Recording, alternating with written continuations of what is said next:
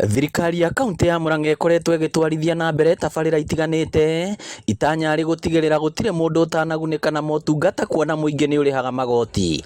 Gavana Irũngũ Kang'ata na ũrĩa ũkinyanagĩria tabarĩra ici augĩte gũtirĩ kĩmenyi ũtũire, na ũguo agatambũrũkia guoko kũrĩ atongoria angĩ hamwe na andũ arĩa mohĩgĩrĩire honge-inĩ itiganĩte.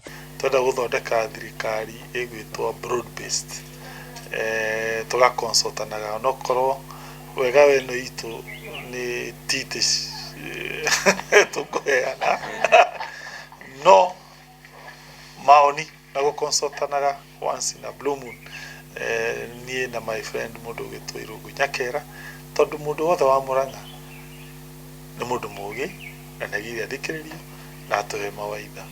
Rita rĩa mbere magĩcemania na mũtongoria wa kĩama gĩa Farmers Party Irũngũ Nyakera, ũrĩa nowe ũrarĩ mũikarĩri gĩtĩ wa bodi ya ũheani wa ndawa KEMSA gũkũ bũrũri-inĩ, na ũrĩa ũgathĩrĩirie na kũnyita mbaru tabarĩra ici cia thirikari ya kaunti na kwĩranĩra gũteithĩrĩria Kang'ata kũgacĩrithia tabarĩra ici wegega makĩria. No mĩaka ĩyo ĩrĩ gavana akoretwo ho, Murang'a nĩ ĩkoretwo ĩkĩonanio bũrũri mũgima ta kaunti ĩrĩa ĩkoretwo na ũtongoria mwega na ũthii wa na mbere, na he maũndũ marĩa matiganĩte marĩa gavana akoretwo agĩkana marĩa ithuĩ tũkoretwo tũkĩenda kũnyitanĩra nake makĩria.